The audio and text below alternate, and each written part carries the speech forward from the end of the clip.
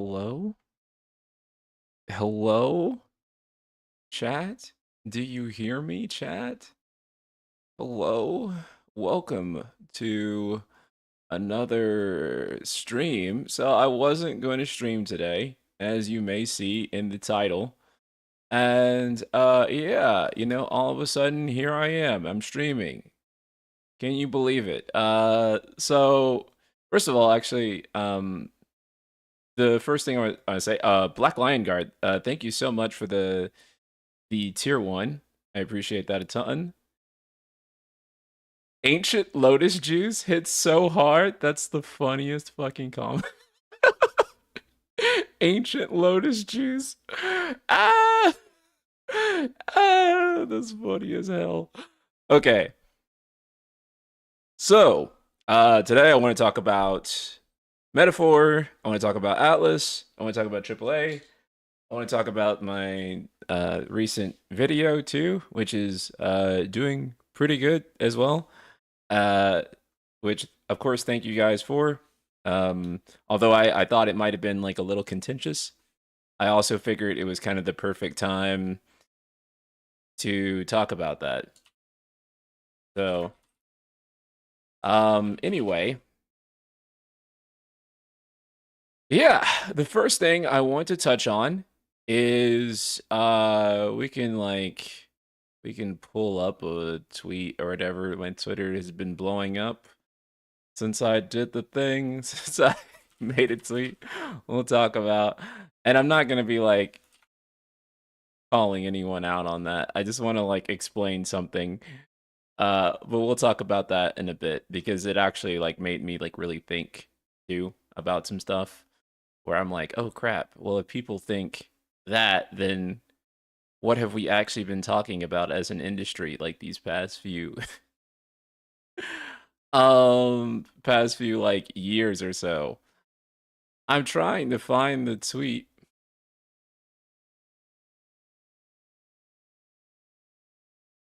This tweet will do. We just need a background. We just need an image. So everyone can like visually see what we're talking about. That works. This works. Okay. I want everyone to realize that this is a really big deal. Like, this is a really, really, really big deal. This is a huge deal. Metaphor ReFantazio has sold 1 million copies worldwide at launch. At launch. That is the fastest selling Atlas title ever. Ever.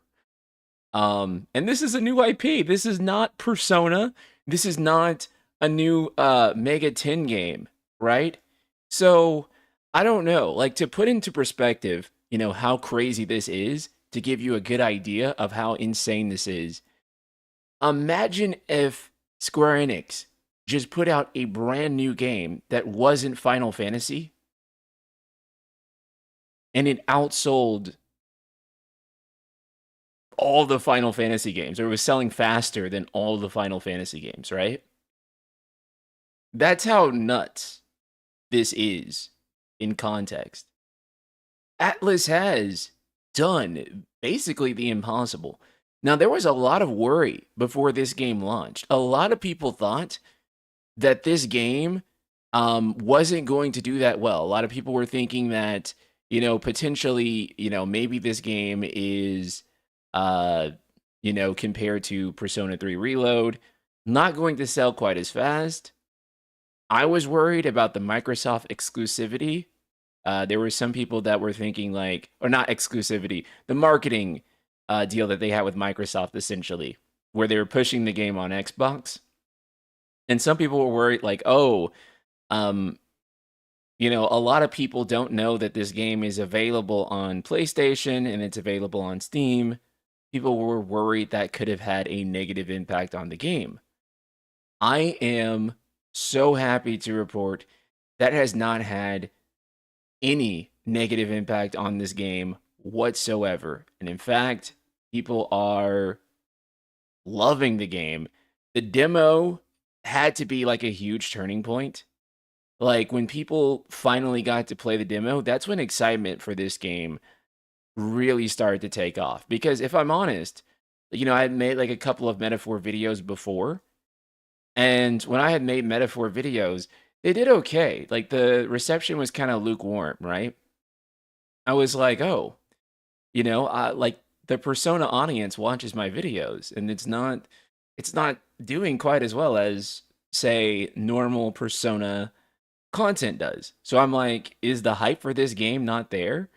And I was really looking around at some of the Atlas dedicated creators, and a lot of them were kind of, um, or I should say, some of them maybe were kind of down on it. Not to call anyone out. Don't like single any creator out, chat. Like, because I can't even like tell you the creators myself.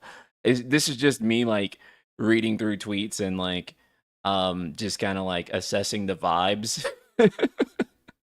and like also listening to YouTube videos, and like it just felt like the enthusiasm wasn't really there pre-demo.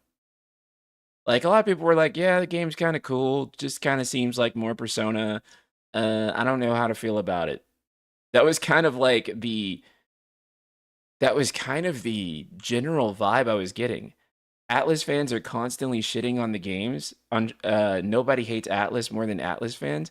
Like I said, Atlas fans and Square Enix fans are the complete opposite. Atlas fans can have a game that is doing like critically well. It's like praised by the mainstream audience. It's like blowing up. Everyone loves it. And Atlas fans are like, this sucks. I hate it. And Square Enix fans will be out there like, nah, dog, y'all just didn't understand Forspoken. That game was a masterpiece, and you just didn't get the vision. I thought Foam Stars was creative. Like, polar opposites. Like, polar opposites.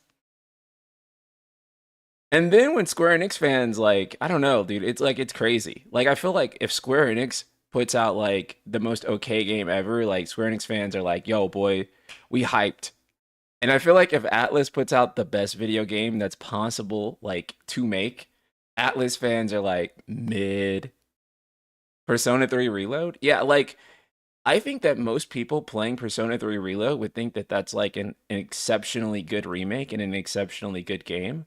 But like if you look through Atlas fan discourse on like Persona 3 Reload, like the negativity on it is so heinous, right? Like it's so heinous. Um and I'm like, and again, that's not to say that there aren't like legitimate criticisms of Persona 3 Reload compared to the OG, but it is just to say that like, you know, Persona 3 Reload is a very faithful remake 95% of the way. And like in like the 5% of the way that it minor deviates on like some things like visual stuff on like a certain scene, people get like super upset about it. And then like Final Fantasy VII Remake deviated on like some aspects of the entire narrative and themes. And Square Enix fans are like, no, no, no. That's actually why it's good. And I'm not saying that either one of those games are bad on those principles, even Final Fantasy VII Remake, though I've criticized it on that. I'm just saying that I think that that's actually kind of fucking funny. Um, yeah, remake discourse is always bad. Subtext, thank you for the 5-month streak. Uh, that's a lot of months of being based. Yes, sir, it is. Thank you. Night Sky Prince is so cute. Thank you. Thank you. Objectively true. Thank you, Brendan. um anyway,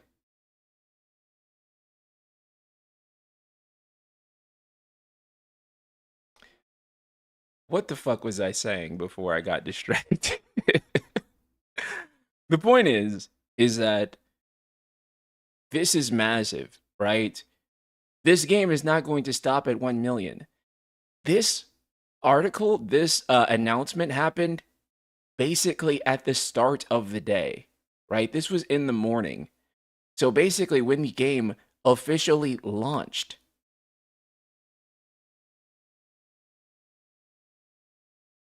it had already sold 1 million units. Think about that.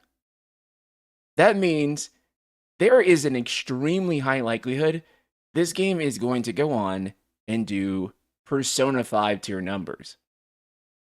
So I'm thinking we're not just looking at 1 million units sold for this game lifetime, right? Like, I don't think it's going to be a pump and dump situation in terms of the sales. I think we're looking at 3 million lifetime, 4 million lifetime, even if I'm being like super optimistic. But I think 3 million lifetime is a very, very reasonable estimation. And I think if this game, at the very least, gets a Game of the Year nomination, then it's possible for it to push to 3.5 to 4 million. And maybe even 5. But there's no secret to the success of this game. Like I said, I don't think it was really performing like incredibly well early on. I think Final Fantasy 16 benefited from the same thing as this game did. I think that like this game and FF16 both had really amazing demos that really made that last tail end of launch kick hype into like the stratosphere.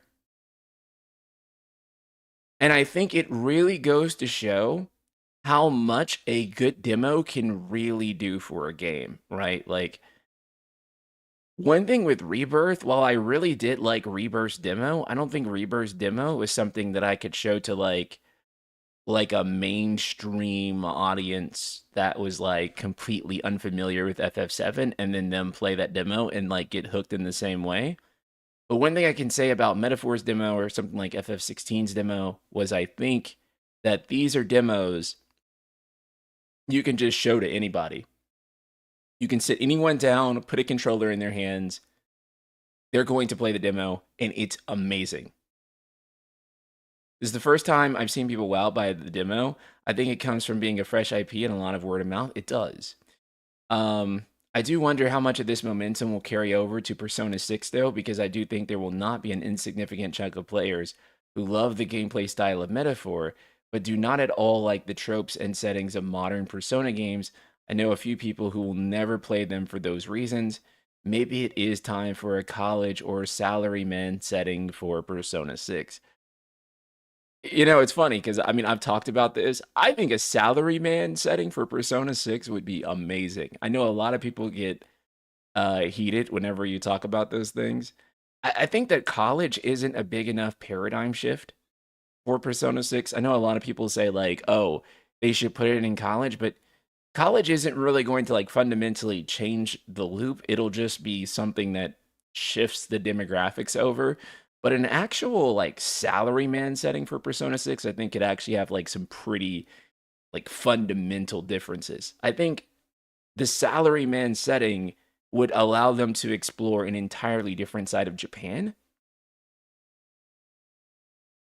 and some really interesting themes, right? Like if I was to just go off and to like speculate about random stuff, I would say that since Persona 6 is green, the theme of Persona 6 should be about money and corporate greed.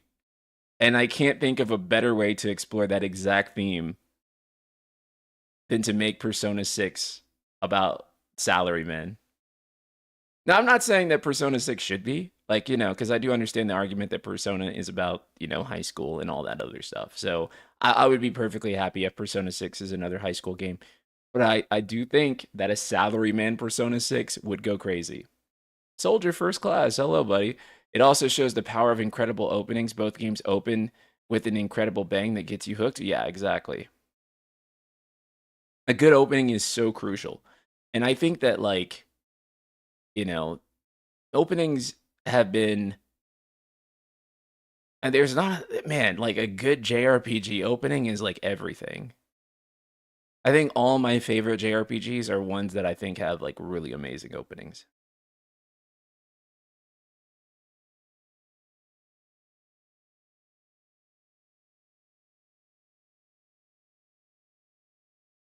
I don't think Persona 6 will be bigger than 5, just like Breath of the Wild to Tears of the Kingdom.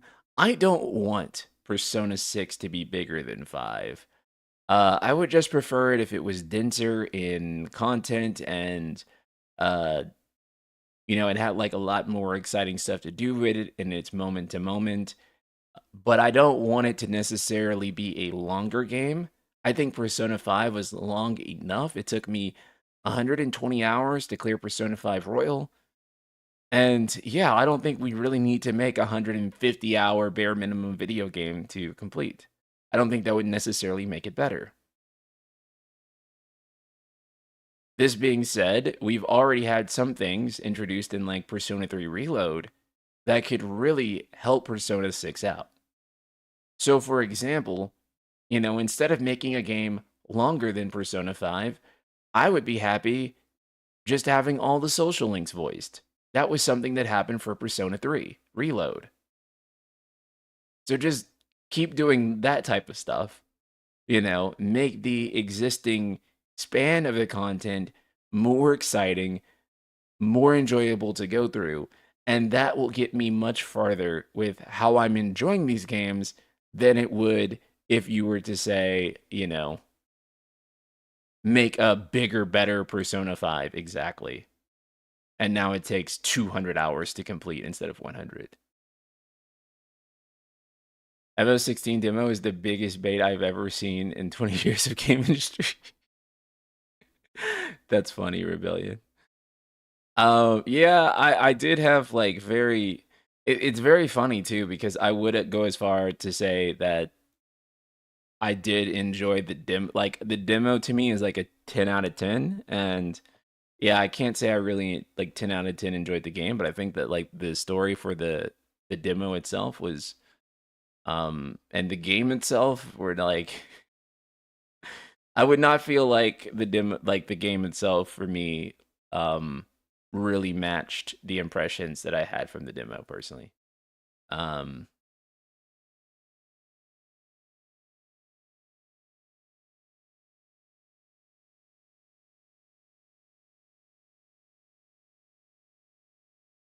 After the demo, I was prepared for the best game of all time. Yeah. Some people may have gotten that in their opinions. But in my personal, it did not end up reaching that height necessarily. Again, I know some of you really love the game, really loved how it turned out. I just personally have too many bones to pick with it to to say all that personally. Anyway, one thing that I also wanted to talk about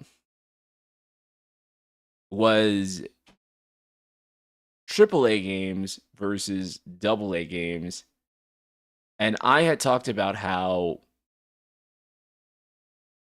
AA is kind of on the way up. And, games that are succeeding like this are a huge sign of that. These are games that don't take anywhere near the budgets that, Final Fantasy, God of War, Cyberpunk, right? Unfortunately, or no, I should say fortunately. So I made a post. And that post said,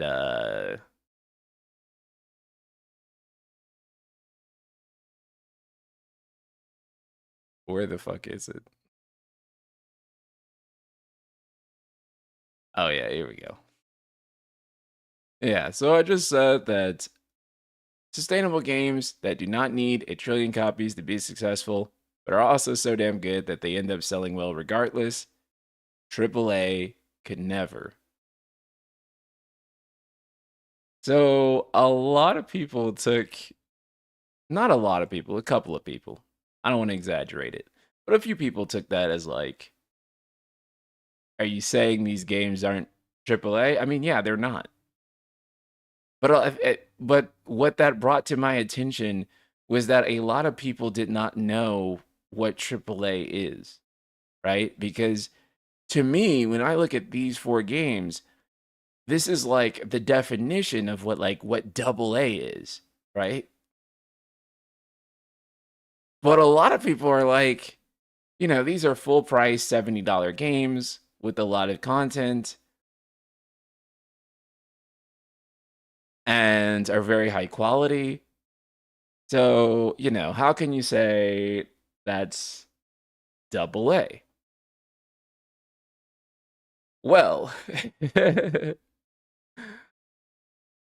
AAA games are very expensive, and that is the definition of a AAA game. It is literally about the budget and manpower that is required to make a game, and it is not about the quality of a game. It's not about the length of a game. It is not about the price of the game. Is double A just when it's realistic? That's a great question. Or AAA it is not just when it's realistic. Although AAA and realism are heavily correlated for a good reason, it does not mean that a game is AAA just because it is realistic. In the same way that stylized graphics tend to be correlated with AA games. The reason that most AAA games tend to be realistic is because the amount of budget that realistic cost. And the reason that AA games tend to have stylized graphics is because you can make those stylized graphics a lot more affordable, right? So there is a tendency for AA games to be stylized and for AAA games to be realistic. It is not a strict, binary that if a game is realistic, it's AAA, and if a game is not realistic, it is AA. If that makes sense. AA, AAA are not strictly defined terms, right? So it's not like AAA is when this exact amount of budget is spent. So that's something that we want to kind of put out there. Price doesn't mean shit when it comes to A level. Plenty of indie games made with $12 a rubber and a popsicle stick costs full price. Exactly. So most Atlas games are AA, correct. I don't think that there is a single Atlas game I would classify as AAA. Not even Persona 5 or Metaphor. The thing about AAA games and what we normally define as AAA and how expensive they are is vastly different. Take, for example, the Persona games or Metaphor, right? These games are not fully voice acted. In most of the games, with budgets that we would define in the AAA scope, every single line of dialogue is voice acted. Persona and Metaphor use visual novel scenes for the most part. They have some fully animated cutscenes, but for the most part, it is two characters standing in a diorama talking to each other through a text box. This is a very inexpensive way to develop a game. That's awesome, and I think more games should do it. However, the type of budget-intensive AAA games that we're talking about is how God of War in every single scene is like a movie, like the whole game is like a film. And you know how it's actually kind of really fucking expensive to make an entire game look and feel like a film versus two characters just talking to each other in a text box? That's the difference between AA and AAA. Is Dragon Quest XI kind of in between the two? Dragon Quest XI is very difficult for me to classify because I'm genuinely not sure. if that game is AA or AAA, because I don't know the budget. I would estimate that Dragon Quest XI is on the highest end of AA budgets or the lowest end of AAA. But I would probably say that Dragon Quest XI is probably on like the lowest end of AAA budgets. Like if I had to like just guess.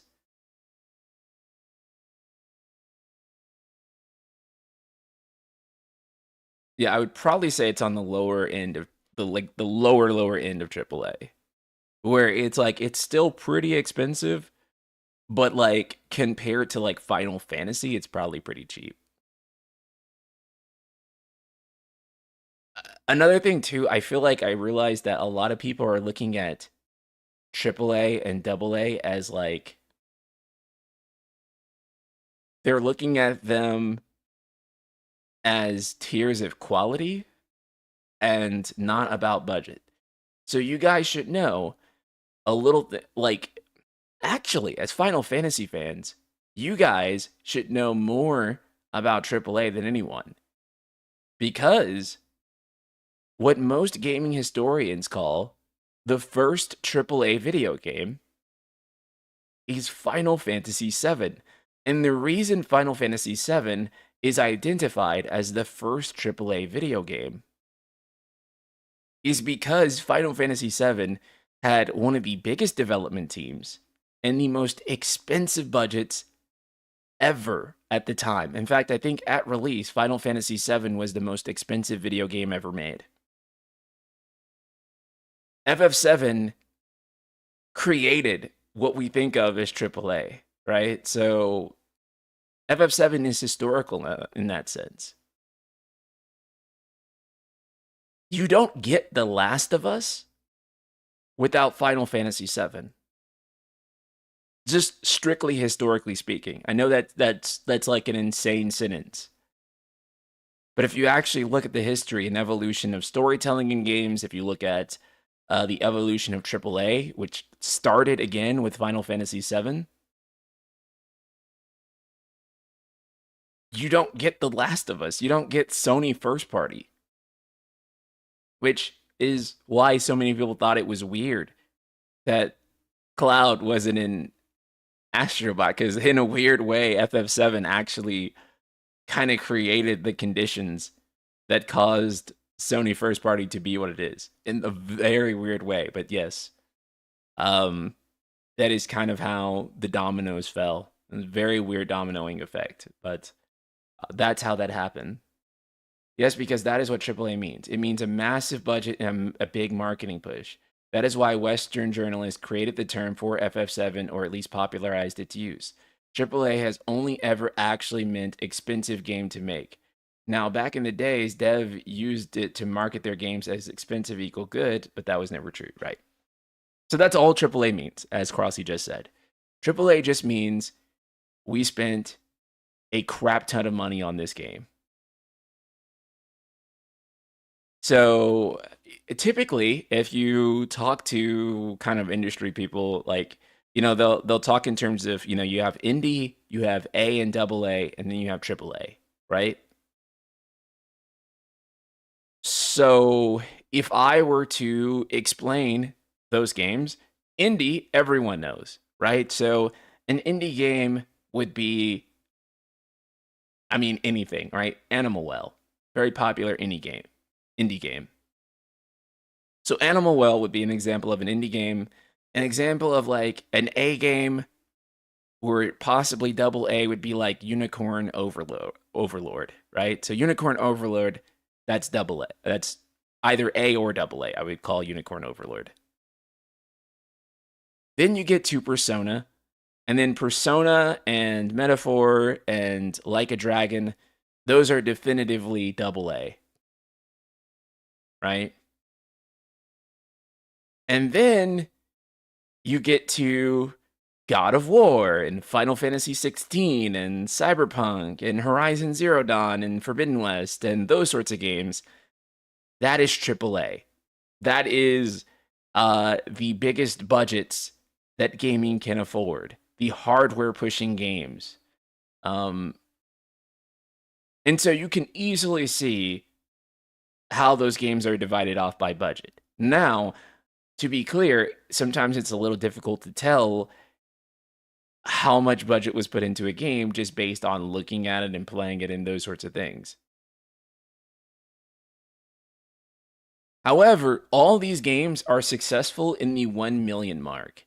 In the budget for games are essentially budgeted based on the assumed expectations. How should I say this? Games are budgeted based on how much they assume that a game is going to sell, right? And that is where meeting expectations comes in. So, if we assume that a game is going to sell 1 million units, right? We then budget the game for it selling around that much. That includes the marketing and the dev costs. And then we try to push toward the expectations. And that is where fail to meet expectations comes in.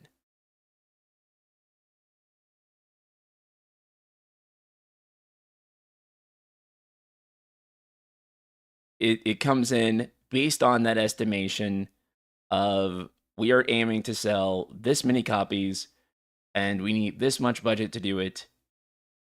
And if we estimate that we're going to get this many copies sold, then this is how much money we should make. It gets a little bit more complicated than that. That's a bit of an oversimplification in the way that Jacob Novick did a really wonderful post about how they also have to consider if that budget is going to make them more than just investing it into the stock market. Which, again, I know that's something that gamers don't want to hear about. But it's true because you can easily, invest that money into the stock market versus making a game. And you have to show that making a game is going to be more profitable than just investing that money. Because if you think about it, okay, let's suppose we can spend $100 million making a game. Or we could spend that $100 million in the stock market, right? To the perspective of a company, they have to know that they are going to make more money developing the game versus putting that money into the stock market. Because otherwise, what are we doing?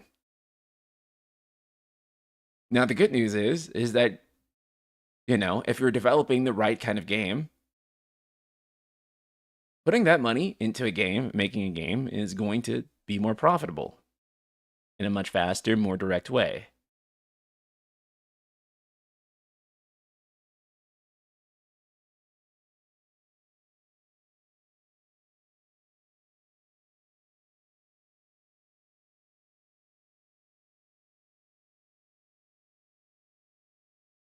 So I would straight up say, I know there's a lot of talk in chat about is Ghost of Tsushima AAA, is Ratchet and Clank Rift Apart AAA. Those are AAA games. $60 to $80 million is pretty much what I consider AAA.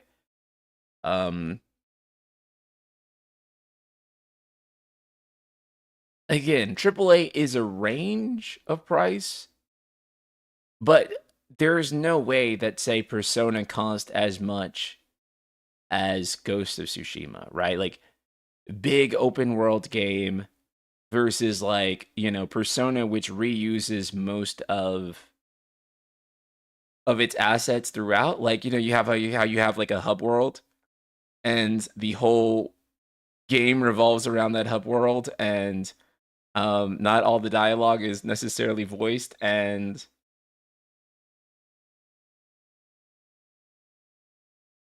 there's randomly generated dungeons. And that's another thing too, right? Like, if you want to argue that Persona is AAA, at the bare minimum, you could only argue that Persona 5 is. And even then, I still have some contention with Persona 5 being necessarily AAA. But, like, Persona being AAA is, like, hilarious to me because basically Persona was made around entirely the fact that Atlas was going broke. Like, Persona 3 was entirely made around like, we are so broke and we have to make a game and it has to be amazing. And so they made this game where they could reuse backgrounds, right? They could reuse all this stuff. They made a game where the dungeons are randomly generated, right? Where there aren't that many cutscenes at all. Almost all the scenes are just like stock animations and like sometimes there's voice acting, right? That's OG Persona 3. Also, most Metaphor and Persona cutscenes are pretty static, nowhere near the production in cutscenes compared to FF. Yeah, exactly.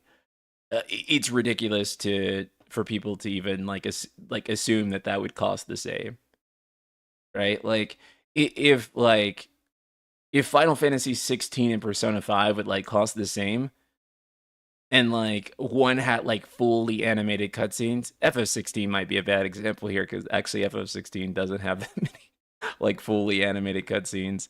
A lot of them are just like two characters kind of standing, talking to each other. But like say Final Fantasy 7 remake, right? Like there's no way that something like Final Fantasy 7 remake, where every single cutscene, um, that is like super expensive and movie like is going to cost the same as two characters talking to each other through a text box. Going broke, they made hundreds of millions from the 2000. No, no, no. I'm talking about they were going broke during the development of Persona 3, or like before the development of Persona 3. There's like a whole story about it that Hashino was talking about recently, where he was saying that he thought Persona 3 was going to be Atlus's last game because financially the company was in so much trouble and they needed to develop Persona 3 on like kind of a tight budget. Atlus is doing more than fine now. Yeah, they're doing great. But that's because Persona 3 did exceptionally well. So I just want to be clear here. I'm not saying that they're like doing bad in any stretch of the imagination now. It's um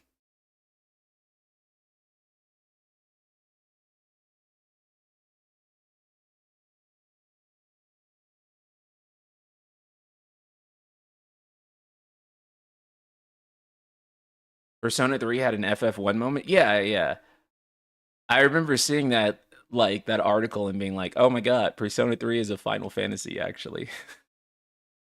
Because the company was going broke and then they had to like do something and so they made Persona 3 and it like worked out and it like brought the company back.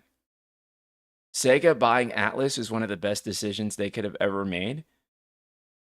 In hindsight, I mean I might would go as far as to say that like why didn't Square Enix buy Atlus? Like I don't know all the the details behind like what went into that acquisition and like what led up to it. But man, Square Enix buying Atlus would have really helped. Sega won the bid for Atlus, was cheap too. Yeah, dude, like I don't know, right? Cuz okay, when Square Enix merged together from Squaresoft and Enix, they basically, had kind of a JRPG monopoly because they had all the popular JRPGs except for like, Monster Hunter wasn't out yet. And I mean, there was just Pokemon and that was it, right? So like all the mega JRPGs was like owned by Square Enix. So Square Enix like had like kind of a monopoly on like the top selling JRPGs. And like, the fact that again, I don't know the history there. Maybe it wasn't possible for Square to do that. But yeah, it's just funny to think. Like cuz can you imagine how powerful Square would have been if they owned Persona, Final Fantasy, Dragon Quest, Nier, Kingdom Hearts? It would have been too powerful. I don't think Square Enix would have let Atlas cook the way Sega had. Yeah, don't get me wrong. I'm glad Sega bought it because I don't think Square Enix bluntly would be running Atlas as good as Sega is.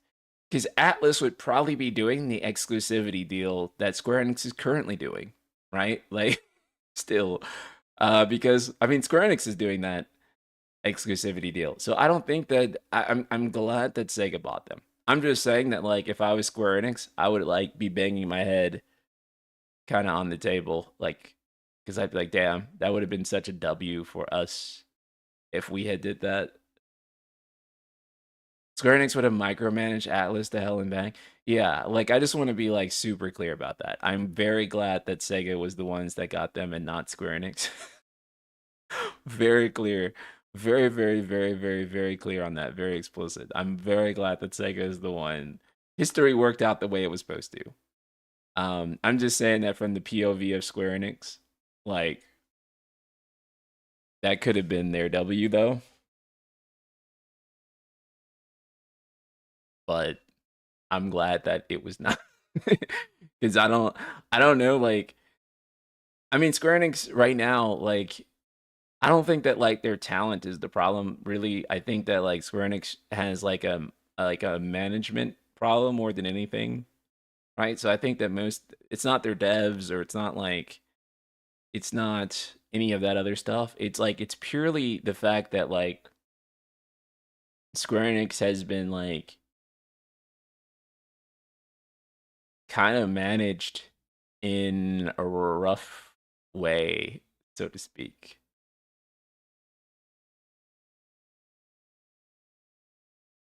So anyway, this is huge.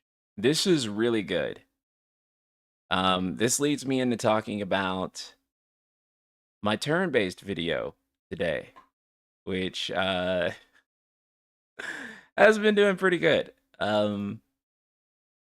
Proud of the way it turned out, and I do think some people like kind of misread me in it. You are overhyping Atlas. Jeez. I don't think I am. Just personally speaking, FF Compendium. Like, okay. Like, Atlas is doing some insane stuff. Like, Atlas is doing exactly what Square needs to be doing in this situation. The reason I'm talking about Atlas so much in the context of Square 2 is because this is the exact trend line of growth that we need to be seeing from Square, right? Like, they're doing it, dude. Like, they're managing their IP so well. Each Persona game is selling more and more and receiving more critical acclaim. And they're not stopping there. They're also diversifying their IP. Their IP is getting better and better.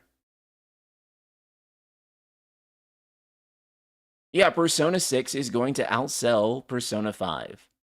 And one thing I think you can also say, too, is that, again, while I still think that like Persona 3 is like the strongest Persona story, you can also say that Persona 3, 4, 5 has just been a straight linear progression in terms of like good gameplay, right? Like 4 has better gameplay than 3, and 5 has better gameplay than 3 or 4, right? Like each one is just getting better. I don't think that like if you look at Persona like 1 through 5 like in terms of like play that like oh they just like step down from the last one. At least in terms of the Persona games I played, I haven't played 1 and 2. I know there's some big fans of 1 and 2 that might disagree. But in terms of the recent Persona games, there's just been like a linear progression in terms of game quality. That said, 3 is still the best one for the story and characters. But um yeah, in terms of like better game, they're growing their IPs, they're managing them well. They're getting better reception each time. They're also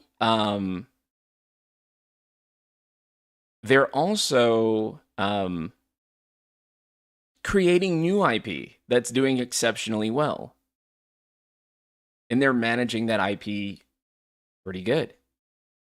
There's not a single Square Enix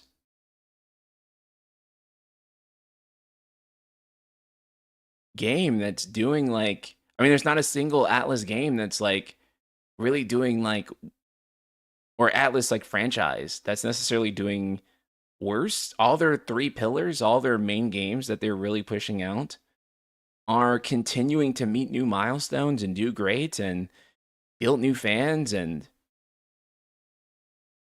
so, I mean,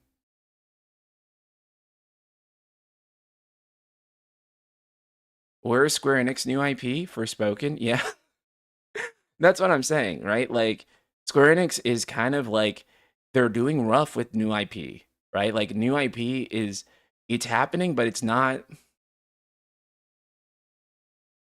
I'm trying to think of a time they had like a really smash hit new IP. And that was like Soul Hackers 2 being the outlier. Yeah, you guys are right. Soul Hackers 2 was ass. Um but other than that, like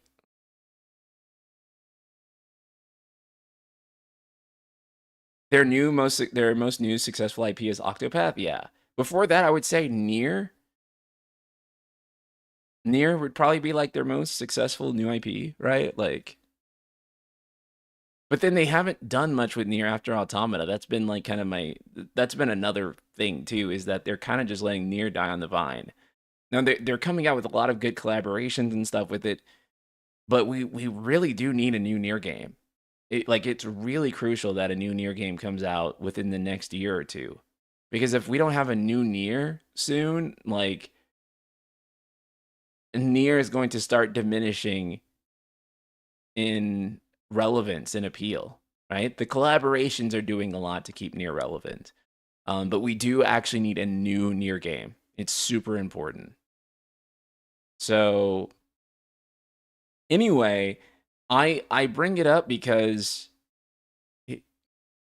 I guess the way of looking at it is Capcom isn't the only model for Square Enix to look at, right? Because a lot of us are looking at Capcom, and Capcom is good. Capcom is great. Like, we love Capcom, right? Capcom is one model. Capcom is one model. And then I think Atlas is another example. So that brings me to my back to the turn-based video. Why I made that and some interesting ideas around it. Because again, Atlas model is very like you can scale the games back, you can make them turn-based, and then here's how you would do it. And then I think the Capcom model is, or you can keep the games AAA, you can keep pursuing action, and here's how you do it. And so, the turn-based video I made, is not to like say, fuck it, you need to go back to turn-based, anything else sucks. I think some of the comments, I guess they felt like I was saying that. I don't think I was saying that. I think I even explicitly said in the video that I wasn't saying that. But people don't really listen to videos; they just comment on them. But essentially, I'm saying that they have two different paths they can go. I don't know which path is correct, to be blunt with you guys. I think both are viable. But I don't know which one has the best end result. I don't know which one they're most capable of achieving, which one realistically would work best for them.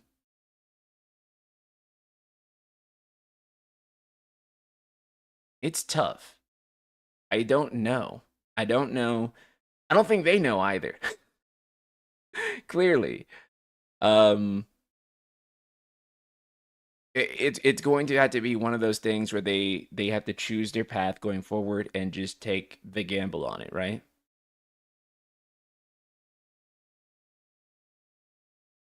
I'm okay with them doing action. I'm okay with them doing turn-based. I think both are good. Fine. Lovely ways of doing it. I like action games. As you guys can see, I have a pretty wide spectrum of tastes. I like playing something like Bloodborne, and I like playing Metaphor too. Burger, thank you for the super chat. Games like Resident Evil just need good gameplay. RPG needs good gameplay and story, which makes it even harder for them to get critical acclaim. Burger, that's actually a very good point. Like if we're talking about like Square Enix game design, like one thing I can definitely say is that I feel like they have focused a little too hard on story. I know people are going to come for my neck for that one, but let me explain. I feel like the games that they have made are like really focused on being like kind of cinematic, especially something like Final Fantasy 16, for example. And 13 kind of like focused on this too, is like really focused on the story of the game.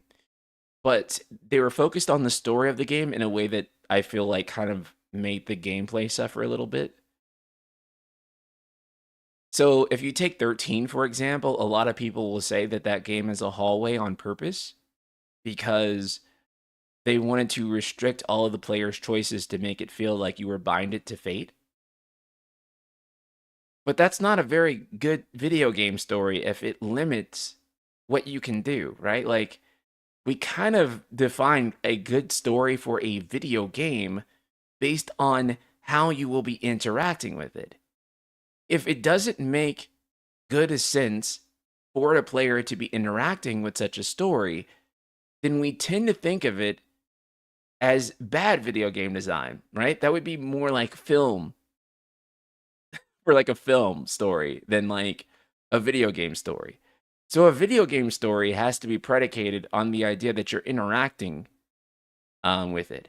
So if the idea for a game is that you have no choice, you have nothing that you can do that's there's no options, there's no different ways to handle things, there's no any of that, then typically we won't say that that's like a good bit story for a video game, because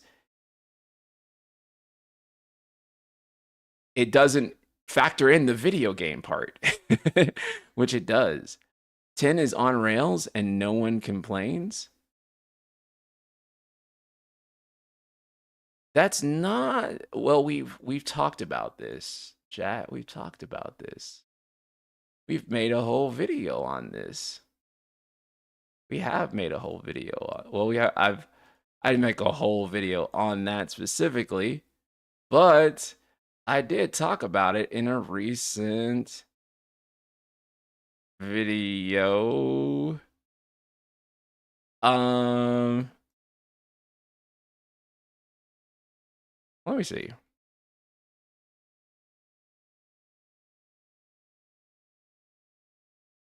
I think this video really summed it up well. Let's watch. Let me see if I can find the, I didn't timestamp it, but we talked about it. Let me see. Oops, it's muted. And for XP that allow grinding to go by useful. Final Fantasy X also creates scenarios where you interact with the world differently through puzzle solving, able to revisit locations.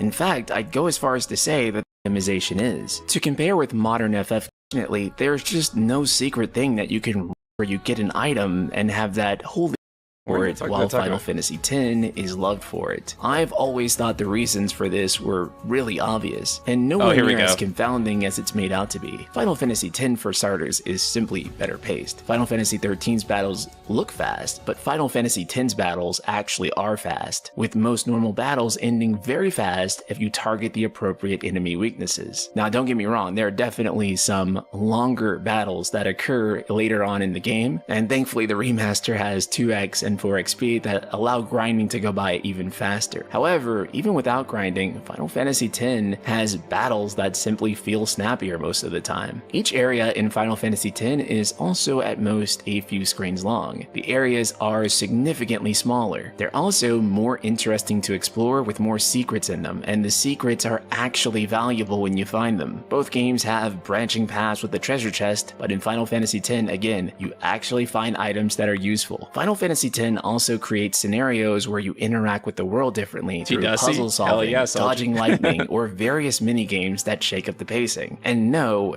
a lot of these are not great. I agree, a lot of them suck. And the Cloister of Trials in particular can be incredibly frustrating and just outright. Holy fuck, dude. Fuck this Cloister of Trials. Not all of them. I specifically mean this one. I specifically mean this one. Oh my god. Oh my god. Garbage. Absolute garbage. I fucking hate this one. I fucking hate. Oh my god. Oh my god. Unenjoyable at times, but they serve a deeper function, and they fulfill exactly that. They create gameplay variety, such that you aren't just running down a hallway fighting battles, watching a cutscene, repeat. In fact, you can always take a break from battles and play Blitzball. And more directly, Final Fantasy X is, in full honesty, generally considered a better story with more enjoyable characters. So when I am walking forward to cutscene and fight, I enjoy doing it more because I'm more captivated by what's going on. In a game like FF13, you can't even backtrack to any previous location aside from Pulse. Once you visit that location in a playthrough, you will never see it again unless you replay the game. Final Fantasy X, however, encourages you to go back and explore those areas and unlock new secrets, as well as a map system that lets you discover new areas through coordinates and passwords. Linearity is not the issue here. In fact, most video games by definition are linear. The difference simply is Final Fantasy X finds ways to engage the player throughout its fixed journey, offering.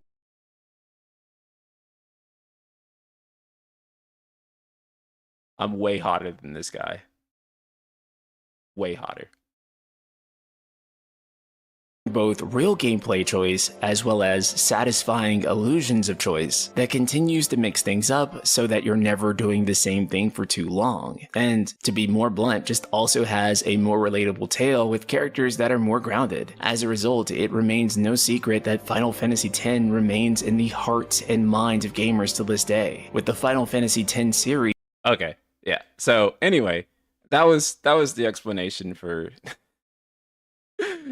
for why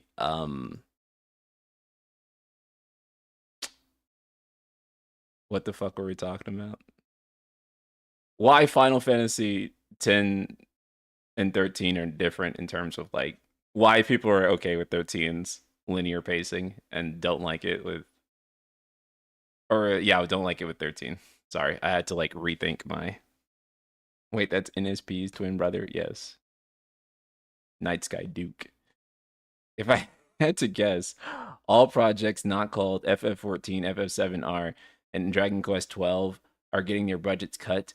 FF17 is going to be a smaller, more budget experience. Right. Well, and that's the only thing about that is that FF17 might not be a smaller, more budget experience. They might just try the AAA thing again. Right? They might try the AAA thing again. They might try to push it one more time. I imagine that if FF17 is AAA and FF17 doesn't knock it out of the park, I mean blow it up, I mean do hella good, then I don't imagine that FF18 will be another big AAA game. And of course, that's where my video came in, talking about the viability of turn-based, right? Is that what I'm really saying is that I think that they could scale down and still do good. That if FF isn't necessarily growing as a AAA game, then I don't know. I do think that they could have made Final Fantasy 16 a turn-based game, and I think it still would have sold about the same number of units, if I'm honest. And it could have been way cheaper to make. I think they could have made a cheaper like FF16, I think it still would have sold about the same number of units. Maybe that's just an estimation. Like, it's not like rooted in anything real, but I kind of don't see why it wouldn't currently. Right? Like, I kind of feel like it probably would have sold about the same.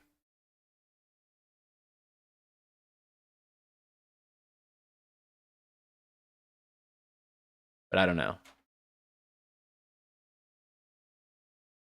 I understand their hesitation to return to turn-based. Yeah, okay, I do too. I do too. For sure. Because here's the thing, right? Like with returning to turn-based, I do think that a lot of people oversimplify like how easy of a solution that is, or like why don't they do it? Because here's what you have to do to make Final Fantasy turn-based again, right? You need to walk in front of a room full of investors and you need to explain to them that you are going to be gambling their money on a turn-based game. You need to explain to all these people who are looking at these marketing graphs and they're seeing Elden Ring, right? For example, or Monster Hunter, for example. And they're seeing those titles and they're seeing big numbers. And you need to explain to these people who have put millions of dollars into your account, hey guys, I know this isn't what most of the industry is doing right now. We're gonna fucking do it anyway. That's tough. That's tough, man. Like, and we have personal feelings about it. We have anecdotes about it and these sorts of things, right? But like, realistically, right? That's really fucking hard to do. Like, hey doc, I need $140 million so I can make a turn-based RPG. They'd be like, what the fuck? Are you serious?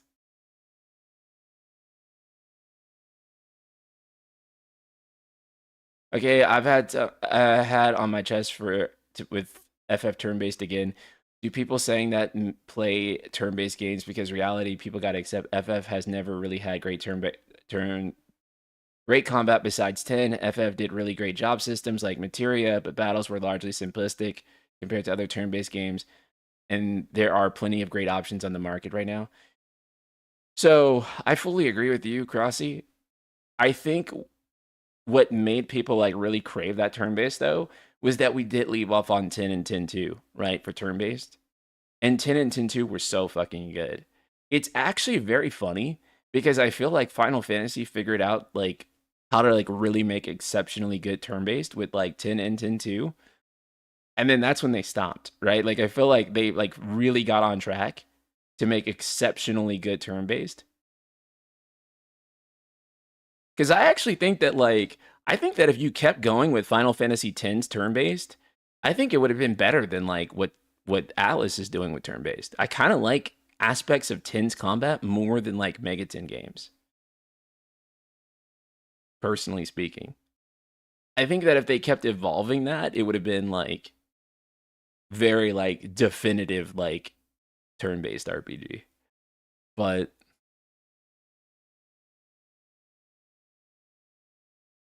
games take so much time to make that chasing trends is impossible. Look at Fortnite. Everyone hopped on that train. Then Square Enix took so long and only released on mobile Foam Stars 2. They're not setting trends anymore. They're trying to follow right. That's one thing I mentioned in my video too, is that it is actually so difficult now to, you know, if you start making a game now, by the time the game comes out, if it's chasing a trend, the trend's already over by the time the game comes out. Isn't it strange that FF16 was high budget, but it feels like you're playing an MMO from 2007 a lot of times, even in terms of production values? Ruger, thank you so much for the super chat again. Uh, I actually have a theory around why that is. So my theory around like why the MMO design is there. I mean, obviously, CPU 3 is an MMO team, and that's what they do. But I also think the reason that a lot of the cutscenes are kind of stiff like that is a cost saving measure. And so the icon fights were extraordinarily expensive. And what I think they did was to save money or to redirect cash, I should say, to the icon fights.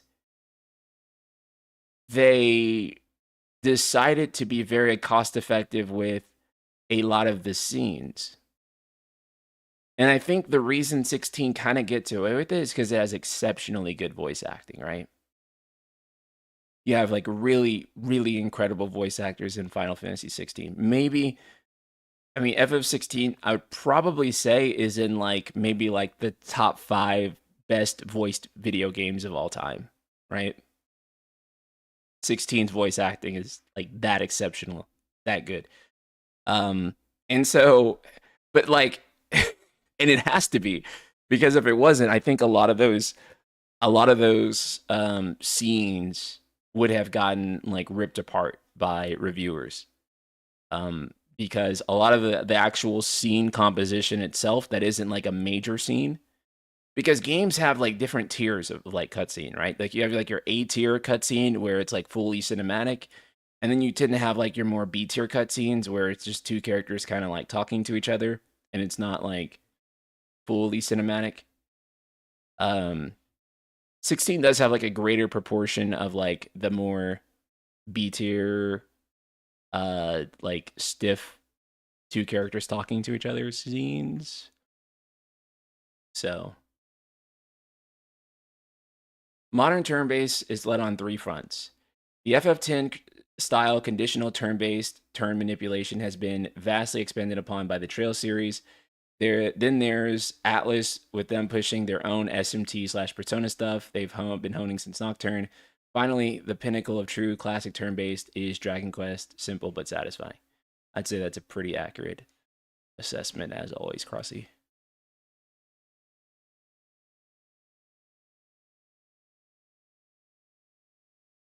But yeah, I mean, I guess as I thought about it too, is that like with that being a thing, like with turn-based being a thing,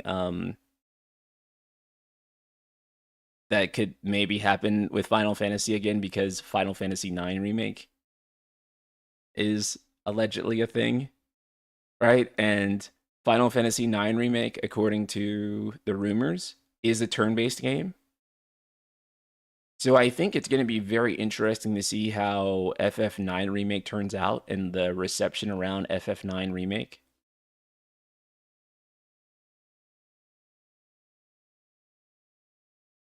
I think that is going to be kind of the tipping point for things.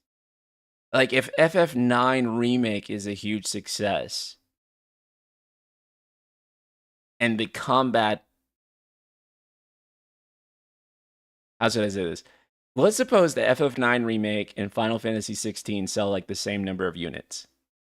But FF9 Remake is turn-based and cost less to produce overall as a factor of not having to have the expensive nature of just action games in general, right? I think that would actually cause more sway than anything,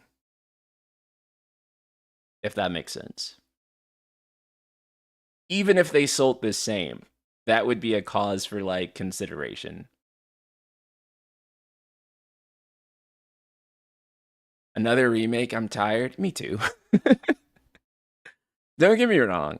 I will welcome FF9 remake with open arms. I think my only thing is that like when it comes down to it, I think about FF9 remake and I kind of think again, You guys can like kill me for this if you need to, but like I do think I'm like, oh, I kind of rather this just be like a brand new Final Fantasy game that's turn based, right? Like it kind of seems like it would make more sense to me that instead of remaking FF9, you made a game that a brand new game that was the type of game that people who liked FF9 would like. And it was just a brand new Final Fantasy that was turn based and like had an overworld map and was, you know, airships and all the other stuff people like. I would personally find that like more exciting than doing another FF9 playthrough, especially when I think that FF9 aged the absolute best of all the PS1 Final Fantasies. Like I think FF9 is the one that like objectively holds up the best, especially if you use Memoria engine and Maguri mod, and you can have like the HD backgrounds. You can do like all the crazy mods in it, like especially like the recent Memoria engine update with the brand new with the latest Moguri mod, like in the shaders. I'm like, dude, this is basically a remake, right? Like, if anything, they could have just done the CD Projekt Red thing where CD Projekt Red like literally licensed mods from the fans, right? They literally bought mods from the fans and then they were like, yeah, we're putting this into like, you know, Witcher Definitive Edition. And think Bethesda did the same with Skyrim, right? They were like, yeah, we're going to take your mods and we're going to put them into the Definitive Edition and we'll pay you for them. I think they should have done the same thing for the FF9 modders, really. I think they should have just been like, hey, we love your mods on PC. We want to bring it to consoles so everyone can enjoy it. FF, we'll pay you for it. FF9 Definitive Edition. Here you go. And I think it would have sold pretty well. Battle speed's atrocious. Yeah, you can fix that on you can fix that on the PC version too. It's really nice. Really nice. Um yeah. So I guess I should say that FF9 holds up the best if you own a PC.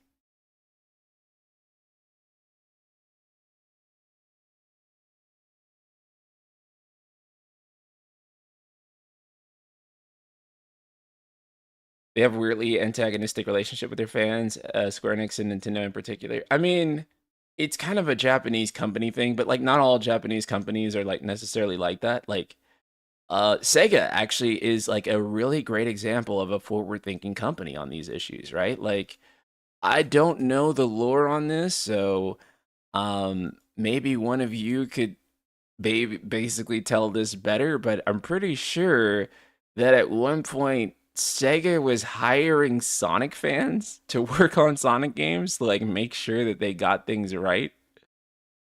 And like fan like creators and stuff like that, like to make sure that things were like uh were good. And so yeah.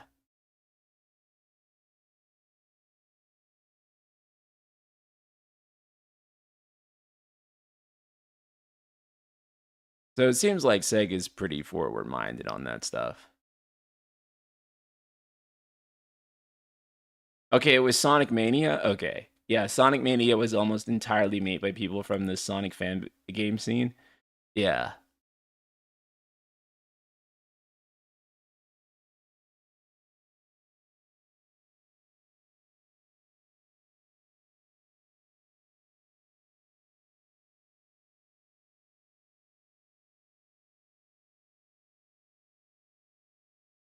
Yeah, they hired a Sonic fan game maker slash modder to fix the mobile ports of the classic games because he understood the physics better than Sega devs themselves. Then he went to make Mania. That's crazy. That's so cool, though.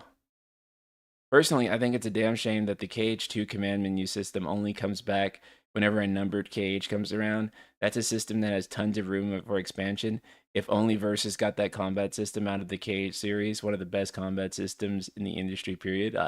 Bro, preaching to the motherfucking choir, dog, 100,000%. Absolutely, King.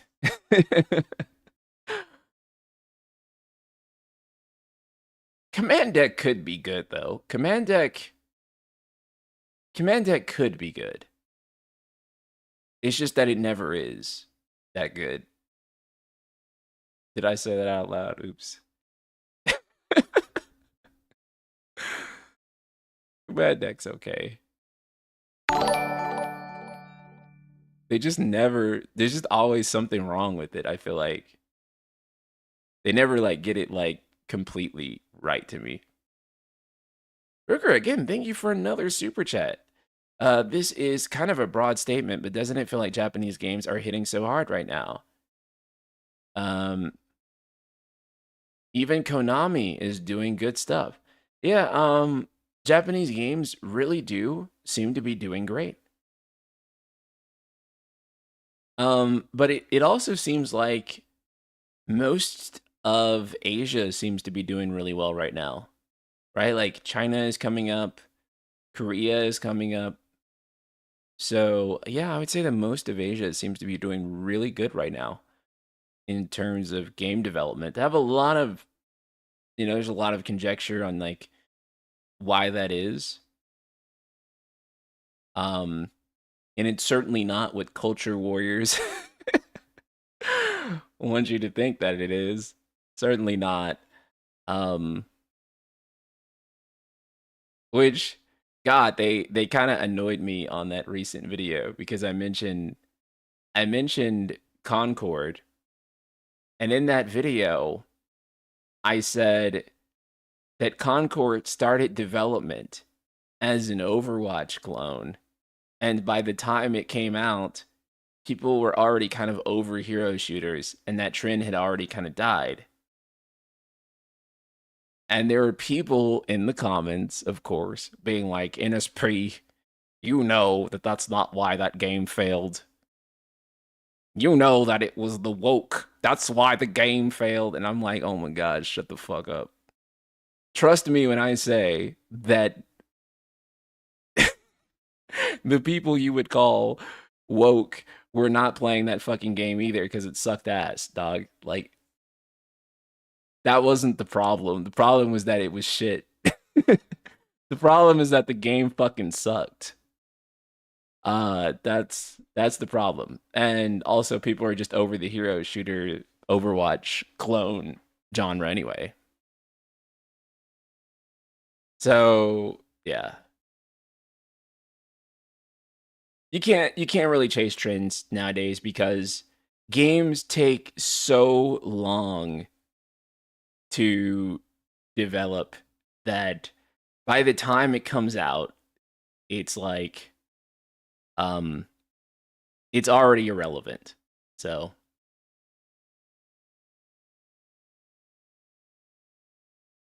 no, I didn't hear about that with the Halo Studios. That's insane. Yeah,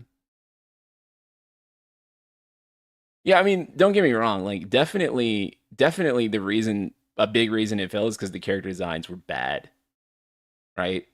But but that's not even like a culture war thing. Like, most people agree that the character designs in that game suck. Like 100%. Like, and so to even make it like that when like everyone already agrees, I don't know anyone who thinks the character designs in that game were good, right? Like even like on like both sides of the political spectrum, both think that the character designs in that game sucked. So how could you even make that like a culture war thing when everyone agrees that it sucks? Right? Like at least half of people should agree it was good, right? Just statistically speaking. Anyway, why are the numbers for Metaphor so low on Twitch? It's a story game. It's why I can't really stream games unless I stream older games, right? Like if I stream Final Fantasy X, we're fine, right? Like that's good. If I stream a brand new game that just came out, my numbers are dead, right? I'm wasting my time. I might as well make a video or just comfortably play the game off stream because no one cares. It sucks. It's just one of those things though that like story games are not streamable unless you're playing it like a year later and everyone already knows the story except you.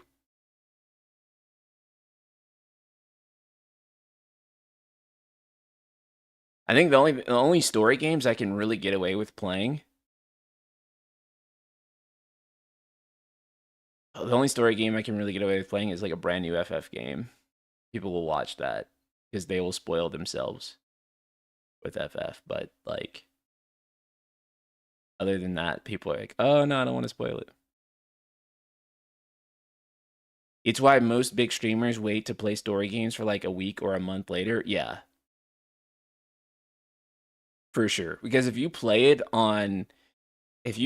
a new story game day one, you're fucked, right? Like, and I mean, that's fair. Like, it's not the audience's fault. Like, I think about some of my favorite streamers and content creators ever, like the type of people who I'll be in their chat no matter what type creators. Like, even with them, I'm like, ooh, I don't want to watch you play that.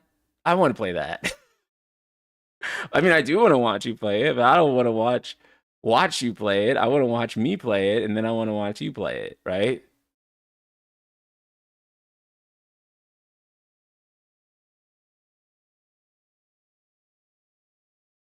And even Final Fantasy, that's not always true. Like I tried to stream Dawn Trail, and holy crap, no one was watching that during the week it came out because it's so fresh. But then again, the interest in Dawn Trail has not been there. Also, like Dawn Trail has kind of been fallen to the wayside a bit on the interest spectrum. Inwalker interest was insane. So I played Inwalker day one, and Inwalker interest was massive, right? Like I played all the Shadowbringers patches day one. Dawn Trail L. Well, I mean, I've seen other 14 content creators saying that like the interest in watching Dawn Trail videos and Dawn Trail content has been like nothing, right? It's been like kind of like very unfortunate, let's just say. So I have kind of seen that sentiment a little bit among some 14 creators, but yeah, I don't know.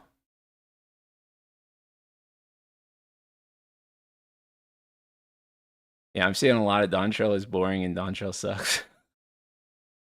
I know some people that really love it. I know some people that really love Dawn Trail. So I don't know. I don't want to say anything about it either way because I haven't finished it. So I can't tell you. I will finish it eventually. I can tell you I haven't had the interest in finishing it because it's been very divisive and I did play a few hours of it and the opening hours weren't something that like necessarily gripped me. Yeah, I hear the content in it is amazing though. Like it's like the best content that they've ever like gameplay content. Like the battle content is like the best that they've ever kind of delivered. So I am very interested in that. But like everyone like around like the story and experience. Oh, so actually let me correct that. NSP said in one of his streams that he was playing the PS5 version, the PC version wasn't working. It wasn't worth it. No, so actually that was my fault. There were some issues with the PC version, but I fixed it on my end. It's because I had NVIDIA broadcast on. Metaphor runs fine on PC. And they also came up with a patch that like really fixed a lot of the performance stuff. So it's okay to buy Metaphor on PC now. I want to be super clear about that. Not just because of the recent sponsor video either. You can buy Metaphor on PC. I literally just played it today. In fact, I ended up buying it on PC. So right now I'm actually speed running Metaphor because I had the demo completion on PS5. So I'm like speed running the demo section on uh on PC on like easy so I can get back to like where I was in the demo at the end when I played it on stream.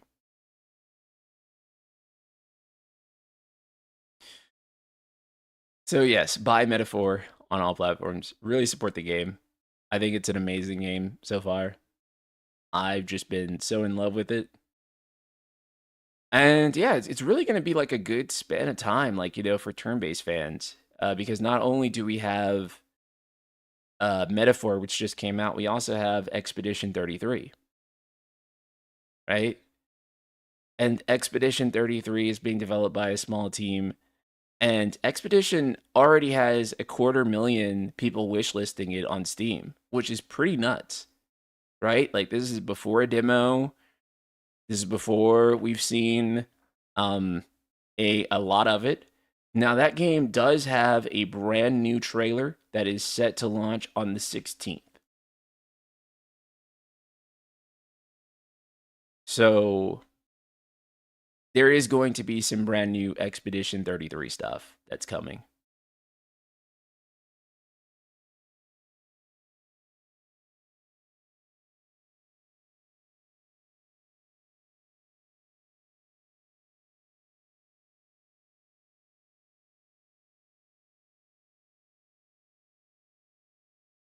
Fantasian is coming to console. Yeah, Fantasian is also going to be really big too. So turn-based fans are winning right now. And I think another thing too is just that AAA has just been really kind of cracking recently. I feel like this has been like one of the weakest years for AAA in a really, really long time, right? Like, we did get some good AAA releases this year, don't get me wrong. Rebirth, and, you know, Silent Hill 2 Remake seems to be doing really well. But in terms of like Western AAA, it's been kind of dead. But we got Dragon Age, which is coming,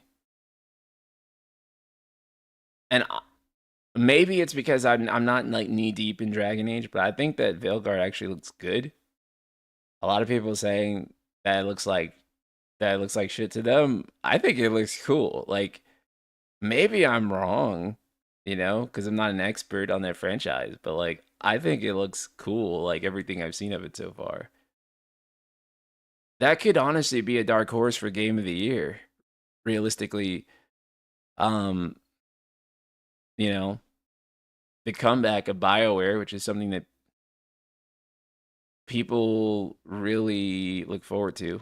Was Star Wars Outlaws a flop? Yeah, I believe so. It only sold 1 million units, which again, this goes back to the discussion about AAA versus not AAA.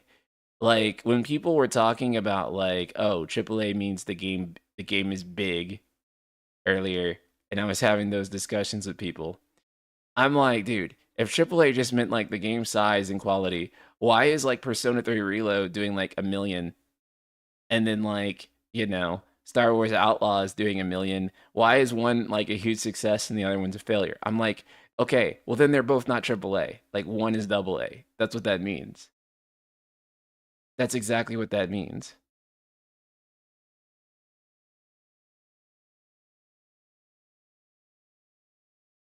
Is Star Wars Outlaws AAA? Yeah, for sure.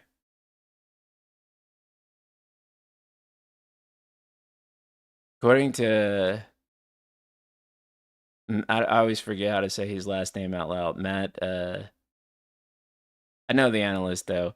Star Wars Outlaw is not even in the top 20 sold games this year. Jesus Christ, that's bad.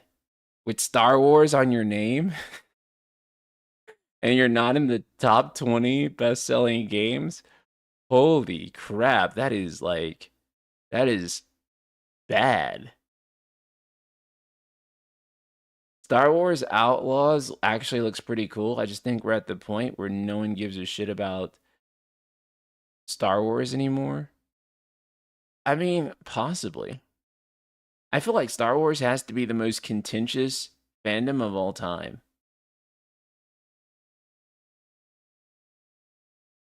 in part because it's cross-generational. It's, decades of, like, different media that everyone hopped in at a different point. And so Star Wars is probably, like, the most, like, contentious franchise of all time. And one thing about franchises too that you guys have to realize is that the longer a franchise goes on, right? The longer it goes on, the more contentious it gets. So, and it's for the reasons that I said, essentially, that you have different generations, different points where people hopped in, different things that people value about it. It's one of the reasons that Final Fantasy can be so contentious too, right? Um, it's because, the way I'm going to feel as someone who started with FF7, for example, is going to be different than the guy whose first was like Final Fantasy 13. Is going to be different than the guy who started with 16 and worked his way backwards. Is going to be different than the person who started with 10 or Crisis Core or got introduced through Kingdom Hearts, etc., etc. And so they're going to have different framing um, around what the series means, right? Like, um, we even see that with just FF7 alone, right? Where you have people that are fans of just the original or fans of the compilation, and they came into FF7 at different points, and now that radically interprets their view, whether they played FF7 first or they played FF7 last after going through the compilation titles first. So the longer a franchise goes on, the more contentious it gets. It's like inevitable. And yeah, old franchises suck. They suck to deal with people. So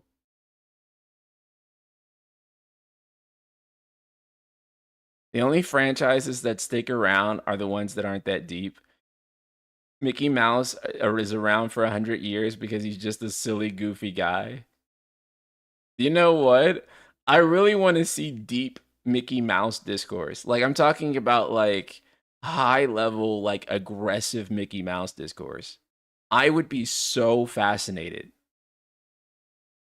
to, like, and it has to exist, right? Because, there are people who are really, really, really into Disney, like Disney core people.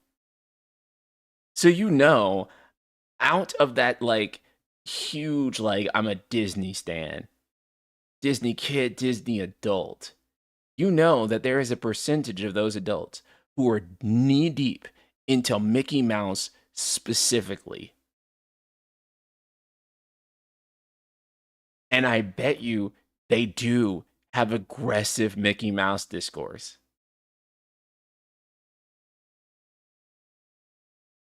I would pay fucking money if someone could find that Mickey Mouse discourse.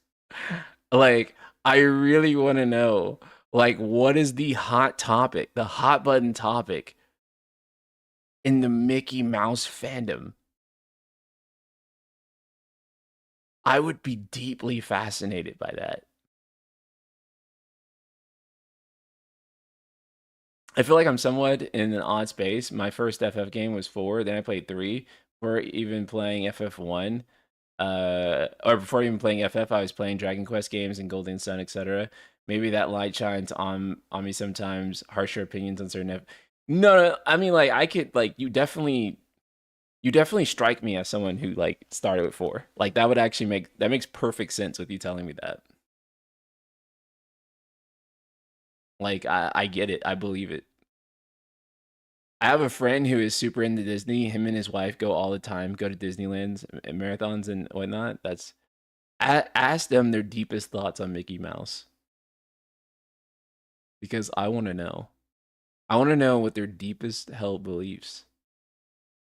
Has Mickey fallen off? That's what I want to know. The other fandom I've noticed in similar turmoil with similar discourse to FF fans or Bethesda fans. I would probably say that Bethesda in a lot of ways is like Western Square Enix. Chrome Lock, thank you for the raid. And the reason I say that is because they both have like a somewhat like similar like overview in the sense that like Bethesda really popular in the 90s and in the early 2000s, broadly loved, thought of as like kind of like the gold standard of RPGs. Then in like the tens through like present time, people feel like they've kind of like fallen off. Like they're not quite as good as they used to be. So there is still that kind of like there's that kind of somewhat comparable outline. Now, I don't say that Square Enix has made some great games. They have. They've probably made more good games in the past decade than Bethesda has. But that also being said, how many games in the past decade has Bethesda even fucking made? So, so yeah, Square Enix does make more good games than modern Bethesda does.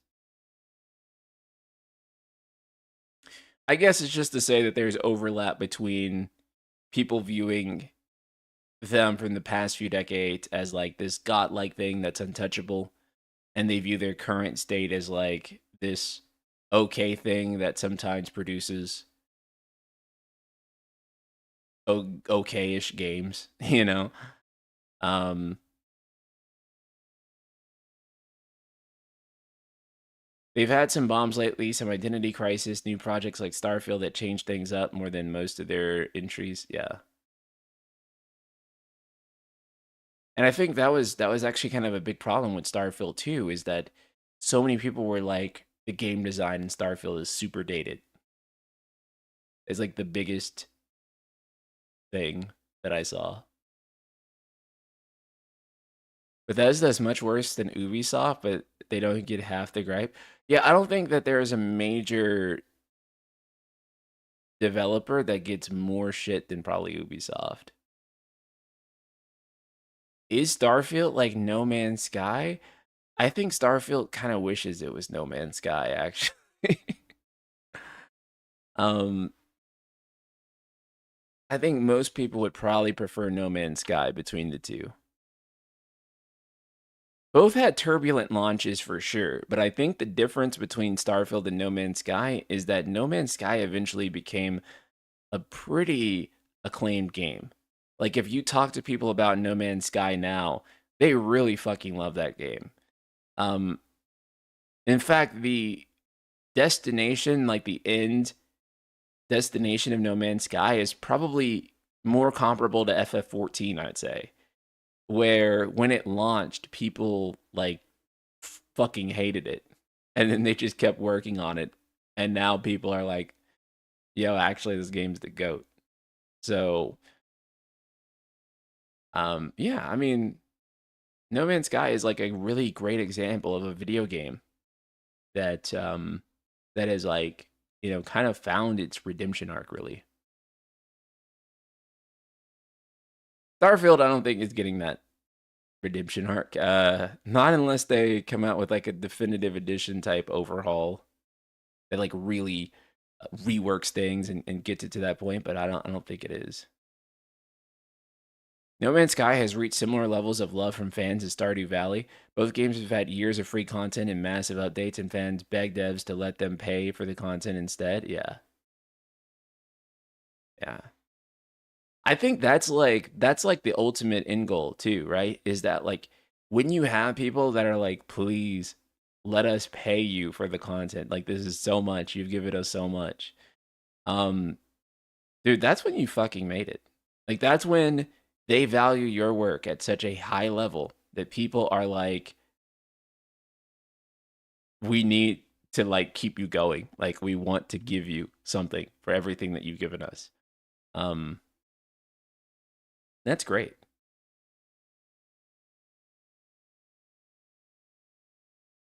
That's like the highest level that you can achieve really with developing a game, I think.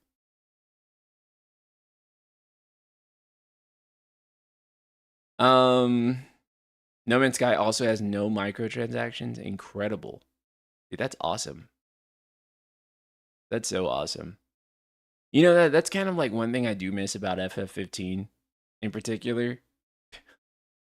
I know this is going to sound insane, especially because that game came out, and I'm going to be honest, I do not think that was a complete game when it launched.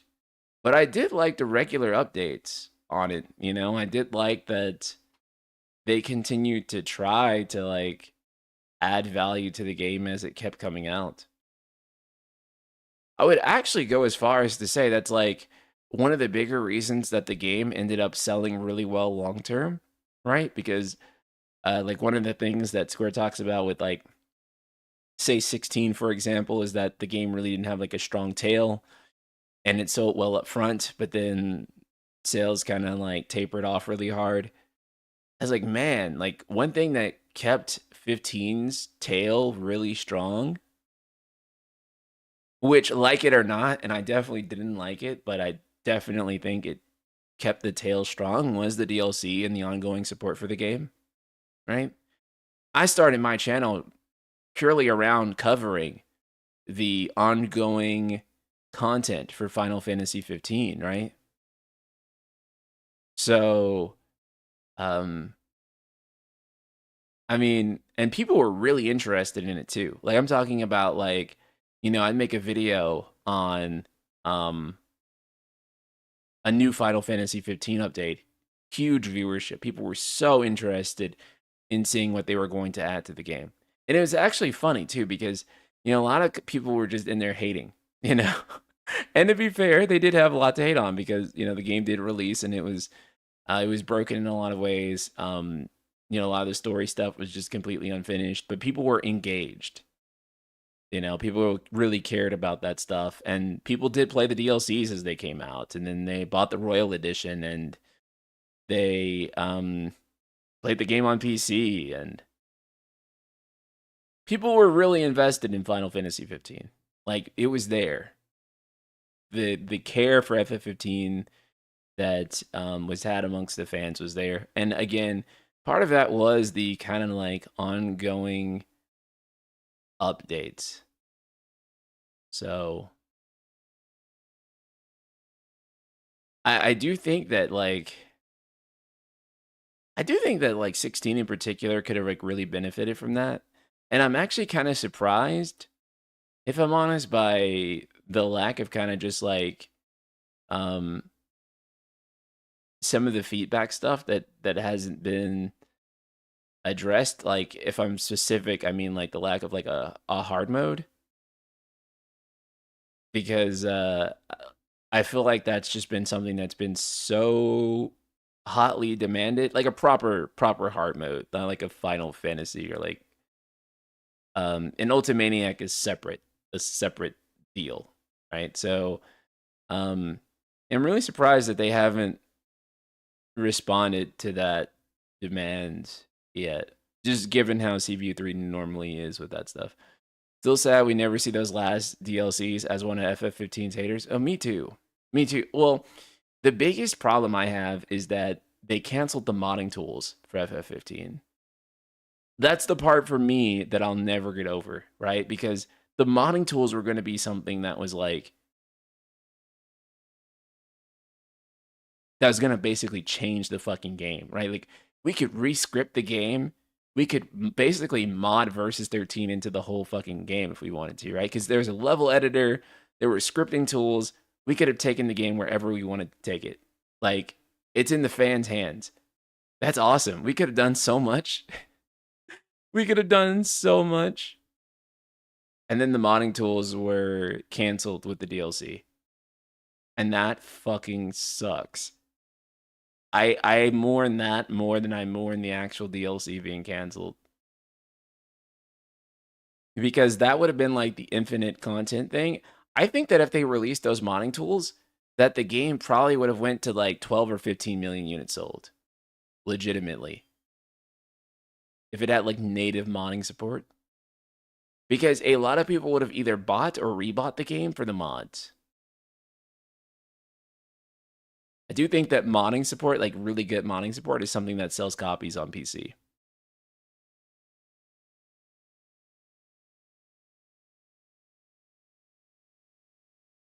So I think they should have done it. I think they should have committed to keeping the modding tools out. And yeah. What are we talking about? I have no fucking idea. We kind of talked about all of our stuff for the day, and now we're just kind of chilling. Larian supporting mods officially needs to become an industry standard. I completely agree. They have like a whole like mod store like within their thing, or not like store, but just like a mod browser, I guess you can call it. And like it's really fucking cool. I'm telling you, people buy and replay games because of mods are like really huge. Really, really huge. And you guys also know that I am a huge fan of mods. I make modding videos. It's like one of the reasons that I play on PC. And a lot of the times, there's just small stuff in games that come out that annoy the fuck out of me, or I don't like, or I want to tweak. And yeah, PC gaming is just the place where I can actually go and tweak those things and make them to how I want to make them. And I can enjoy my games for years to come in the ways that I would like to make them, or I like to play them. So it's one of the reasons I love mods. What is your favorite aspect of Metaphor so far? God, can I say the vibes? Because really, that's kind of like what it is. Like, I feel like you play Metaphor and there's just like an immediate magic to the game. And I'm a big fan of Persona, a big fan of just like Atlas games in general. There's like this really distinct style that that Metaphor has that is just so Atlas, I guess. Atlas has like a really like outstanding style in general, right? Like I feel like you look at Catherine, and I feel like you look at like Persona and Mega 10, and it's just like those games are like really fucking cool and really just have a certain style to them and character that you just don't get anywhere else. Okay, I guess no one's talking about anything related to NSP talking, nor does he even acknowledge 99% of the comments. What the fuck are you saying? I'm like reading like all the comments, bro. That's why I'm reading yours. What the fuck are you talking about? Am I like, yeah, am I like replying to every single person who chats?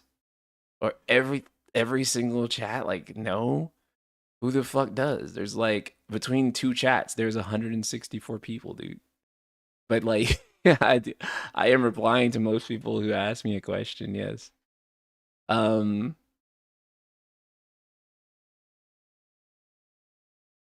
Anyway, yeah, metaphor is really cool. I think it's a dope game, and I'm enjoying myself with it. Will it be my game of the year over Rebirth? I don't know yet. I already have people asking me that, and I'm like, dude, I didn't get a. I mean, I got a day one copy of the game from Atlas, but I didn't get like a early access review copy, and so uh, I can't say about that yet. But I can tell you, I really have liked my opening hours with it, and I can tell you that it has a very strong chance of being my game of the year. I ain't got a game of the year this year. Too many baddies. Yeah. There's a lot of good ones. There's a lot of good ones. I think for me right now, it's probably between Rebirth and Metaphor for which one will end up being my game of the year. Other than that, I really enjoyed Stellar Blade a lot. I've been kind of going back and like playing that on hard again casually, and that's just a really exceptionally well-made video game, in my opinion. The combat in that game is just so stellar, I guess. It's really, really, really fun to play. Um, the story in Stellar Blade is like the only thing in Stellar Blade that's like not great. Don't get me wrong. I actually think the story of Stellar Blade is actually like insanely fascinating, but like the way Stellar Blade tells the story is like what the fuck? And like people talk about like the what do you call it? Like the notes and stuff like that you can get on like the characters and everything. But I'm like, dude, I read almost all of those and the story does not make fucking sense. Like a lot of shit just happens. Like it is like, yo, what the fuck? Like, yeah. However, I do think that Stellar Blade 2 is going to be like a really interesting game. Like, it's going to be a very fascinating story. But like, yeah, Stellar Blade, very, very, very exceptionally good video game. But like, yeah, story stuff could have been better. So I'm really curious on like what they're gonna do with Stellar Blade 2. Because I think that Stellar Blade 2 is gonna get the story stuff right.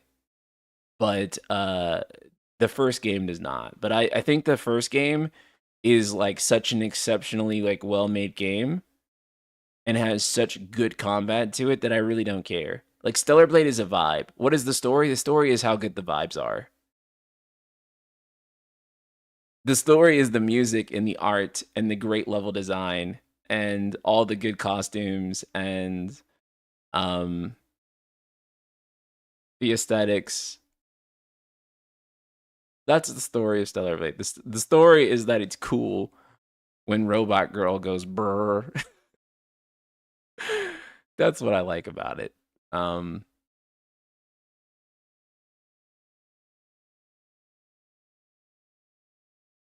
I think that if they, again, if they really made the the game actually have like a good story and like really like go into some of the stuff like really like let you understand, for example, what Mother Sphere is, because like a lot of the Mother Sphere stuff at the end is just like what the fuck, like I don't even understand. The story is cheeks can save the day, they really can. Honestly.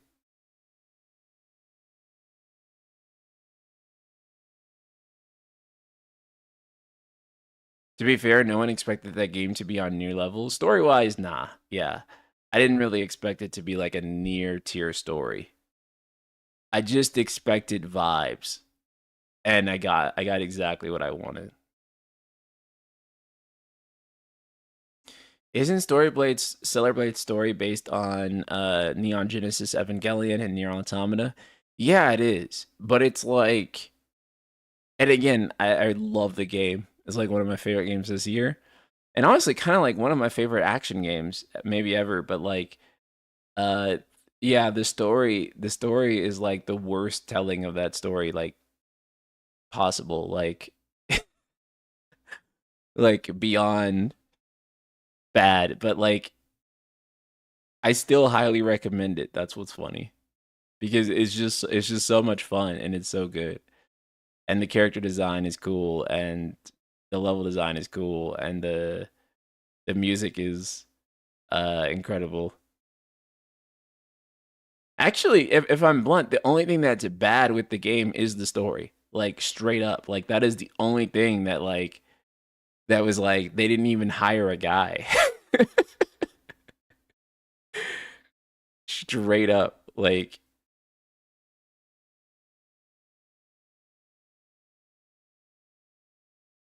I think that if Stellar Blade had a good story, it would be like a serious contender for game of the year. Legitimately. Um but I think the story just falls so flat and is just so not good that like that's probably what kicks it out of like um any type of game of the year nomination.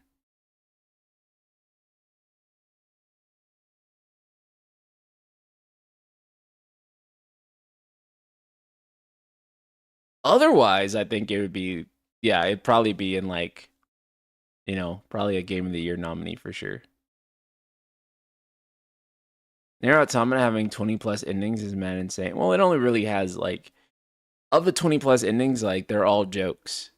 And there's only like one like real ending.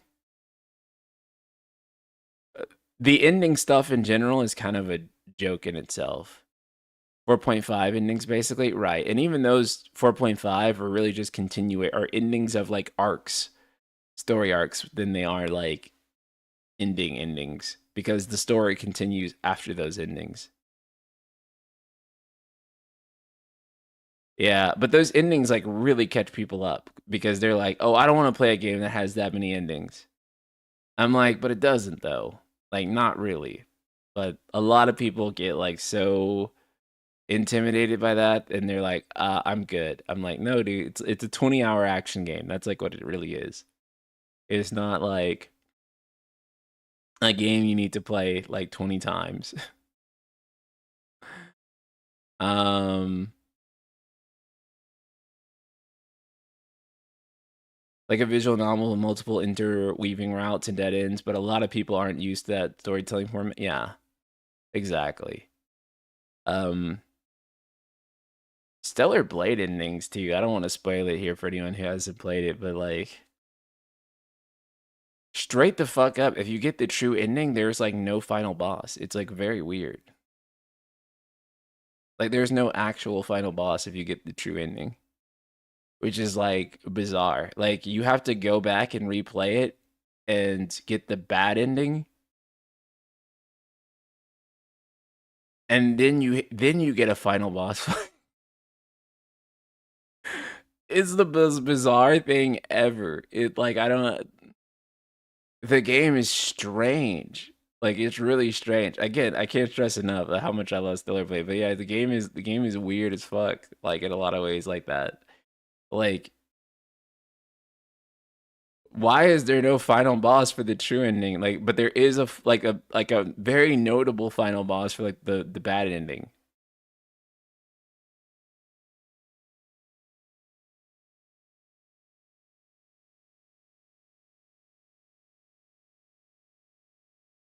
So it's just like you should get the bad ending, and then if you get the bad ending, then you get the final boss. So actually, like right now on my hard mode playthrough, I'm actually aiming for the bad ending because the bad ending gets me like the real like final boss, and he's like really challenging and stuff.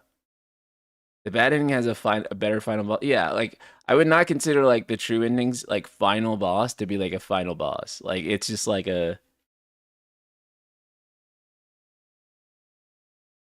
is a last boss, but it's not a final boss, if you know what I mean.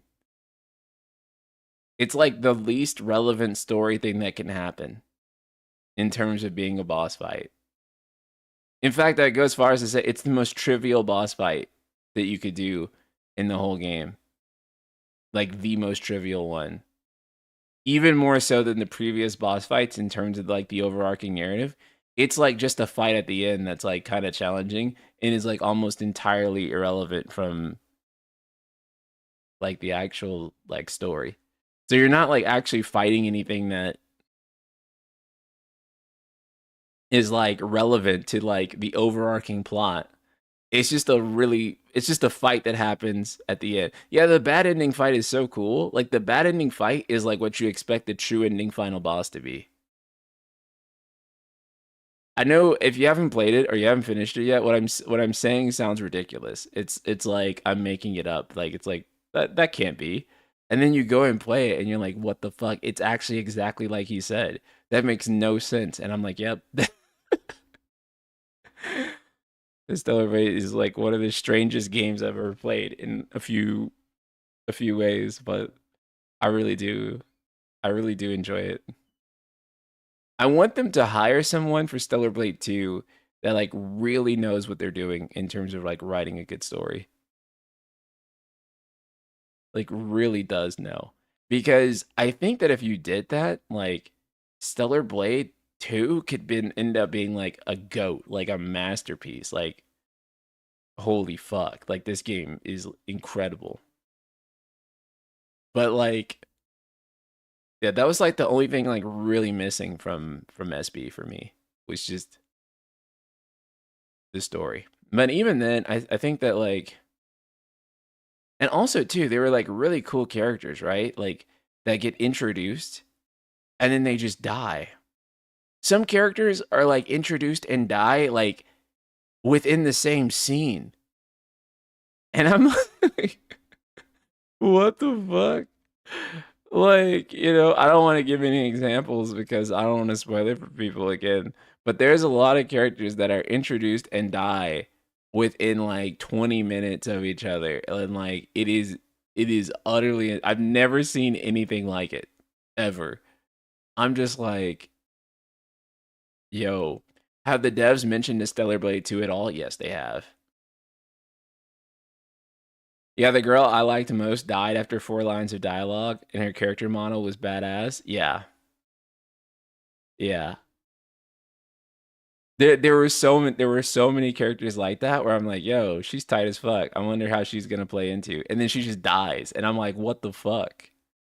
And then it happens again, and then it happens like 3 or 4 more times, and I'm like, yo, what the fuck? Can a character just like be alive for like a scene, 2 scenes? I don't know, dude. It's very, very strange. And the director, he even said, like, yeah, I'm not good at telling a story. I have no idea what I'm doing with that. I'm like, bro, please get a guy who does know what he's doing. Because you really did cook on everything else. Like, y'all made a exceptionally good game. And then like when it came to like telling the story, um, like what the fuck? It is kind of crazy. Any robot lady that isn't Eve dies instantly. Yeah, that's like the best way to put it. And then the quest design too is so goofy because I guess they want it to be like near where it was like, oh hey, can you go find my sister? And then you get there and then the character is dead. But then they repeated that for like 20 times. And I was like, oh, okay. This is like the only thing they got. I think there's only like one side quest in the game because I did all the side quests. And I think I only remember like one side quest in the whole game being like you got there and they like weren't dead. But then um something else happens and I think either you kill them or something happens. Or it was like they might as well be dead. I can't remember like what it was, but like yeah. It's okay. There's no need to remove spoiler. I think everyone's played it. I just wanted to be like super cautious about it. So what is metaphor a metaphor of? I don't know. I don't know. I feel like that's actually going to be like a really huge thing. Um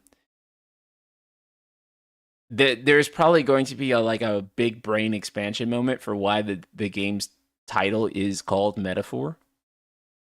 I think that there's already some parallels that are happening between the real world in Metaphor that is trying to depict in like this fantasy world that we're in.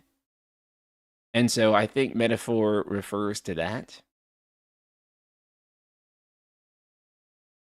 Because you also have to keep in mind too that um in Metaphor's world, the real world is like a fictional story, right? Like it's a fairy tale book that we have so far. And so, in that fictional story, um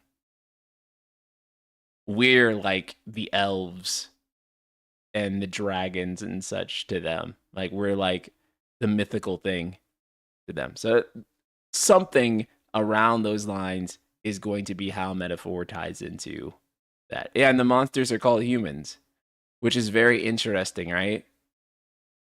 And anxiety is like a status ailment. There is something that they're trying to say there. I don't think it will be too subtle. So, yeah. I think that they will be pretty upfront about it, which is fine. That's Atlas's style of telling a story and Hishino's style. Yeah, I also think that there's a near thing that could happen where The humans that we kill turn out to be like humans in like real life, right? Like some people said that we're gonna have like the mask off type moment where we realize that, oh wait, the humans are like actually humans, like for real. I also think too that it's interesting that the person who looks the most like a human is the protagonist. He's like the only one that's not like a fantasy creature, and those are called the Elda, right? Which is really interesting. So I don't want to speculate too much because the game is out and the spoilers are out, and so there are answers out there floating around to this stuff, and so I don't want anyone in the chat to be like, "Well, actually, I can tell you what the answer is, and that is yeah, no, shut the fuck up. I don't want to hear. I don't want to hear it.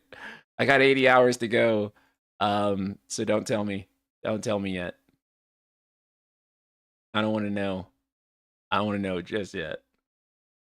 We'll figure it out. I promise. But yeah. Okay. I think we're gonna call it a stream today. Thank you guys so much. I didn't even plan on doing a stream today, but I just wanted to talk about the metaphor stuff, and I just wanted to chat about the AAA stuff, get that off my chest, and yeah. So we'll be back on Monday. I don't know if we'll be playing metaphor or not because I don't know if you guys will be far enough ahead. I might stream a little bit of metaphor. We'll see. If not, we'll just be doing another discussion stream, shooting the shit. And I'm going to try to have another podcast soon. So, we will raid my friend for, oh, wow. Okay. Raid my friend over on